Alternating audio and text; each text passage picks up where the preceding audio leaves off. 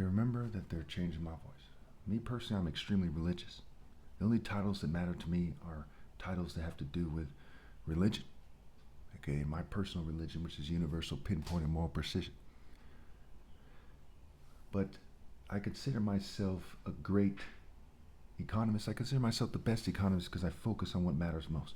And I can assure you, after years of thinking about things that pertain to the economy, I can assure you that the government has a lot more financial flexibility than you think it does. For example, they could end homelessness, no problem, with cost-effective spending if they wanted to, no problem. And they could also spend $50 billion a year building tiny homes for people who are in situations they don't want to be, okay, people who want to enter into pay-as-you-can programs at 18, people who are in an abusive relationship and feel like they have nowhere to go. They could build safe places. They could build regions for people who think alike, a women's region, LGBT, a Christian region, region for black people, multicultural regions, what have you, in these tiny home communities. And we could build them while we're thinking about the future. What happens in 75 years when they're all run down? How easy will it be to dismantle them and build something else? Now, for those of you who don't want to use your heads, consider this, that robots are not just coming, right? They're coming in large numbers. Already in the Ukrainian war, right? The war in Ukraine, there are robots being used in combat. And how do we get to this point here? Did rich people by themselves bring in robots and therefore have some kind of insane argument in regards to the idea of robots benefiting them most? Or did the masses of people work together, including the lower class, the lower middle class, when I'm talking about, financial classes, did they work together to bring in these robots? So shouldn't the masses of people and their offspring benefit from these robots? Why should people who aren't inspired by the government to work hard past a certain point, who just want to live a bare, minimal, simple life, why should they have to work it all if they don't want to? Why not just have the robots do the work for them? Or just volunteer, or just do some community service once a week for a couple hours or something? So the government should be building at least $50 billion worth of tiny homes for people in those situations on the strength of how we got to this point and the implications of robots, etc. Then there's affordable housing. The government owes the people affordable housing. This is something that could pay for itself. They pay rent. The property appreciates in value. The government should loan money and invest in affordable housing.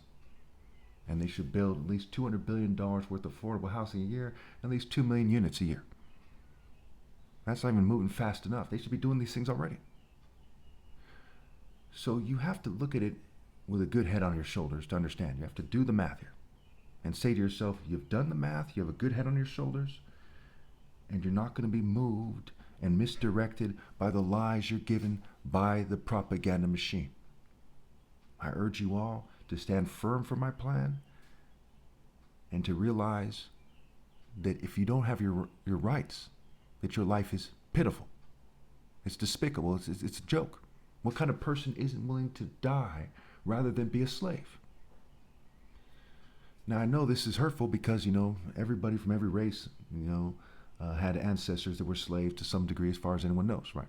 So you had people in Rome and Greece, and you had the transatlantic slave trade, and, Native Americans were taken as slaves, and on and on and on and on, right? And people are being treated as slaves right now. The truth hurts. There's some slaves, people in my family somewhere back in history, and in my extended family, and so on and so forth. In-laws, what have you. That doesn't mean we should beat around the bush about this. Don't let that be the reason. You should not accept slavery, and you should prefer death. It's 2026. Are you primitive animals that you don't understand that? What they're doing is they're enslaving you a little bit here and there at every corner, at every turn. And as a result, you don't really have your rights right now. That is a fact. We need 2 new organizations in the government. One is a War on Poverty Plan organization that oversees my 7-point plan. The rehabs from the vice taxes and luxury taxes, right? $36 billion at least every year to build rehabs for these homeless people.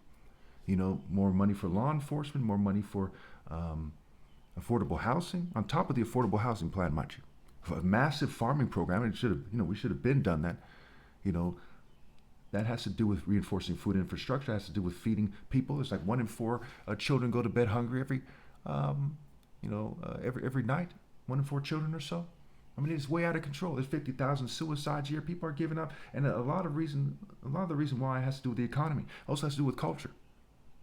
If somebody has your naked pictures, to some degree, it's so what? To some degree, it is a big deal, and it isn't. It's a big deal that somebody stooped to that level. It's a big deal society acts like children about it. It's a big deal that something very personal of yours is out there. But should someone kill themselves over that? No. Now, why are they doing that? Because it has to do with the fact that people are so immature. There's so much toxic psychology out there. It has to do with the fact that people don't know how to stand firm as a confident adult or young adult, young person, young man, young woman, teenager. Because you people keep conveying the same insanity as a society. You refuse to stand firm for what is precisely right. Someone has my naked pictures, they can go to hell. That's not going to move me.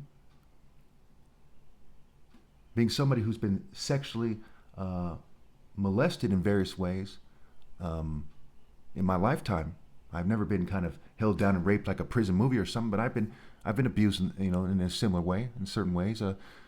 We have various technologies out there that abuse people. It's a long story. I can tell you that doesn't move me in the slightest.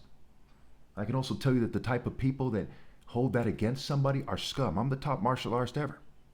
Okay? No one can beat me at martial arts, man-to-man, single combat.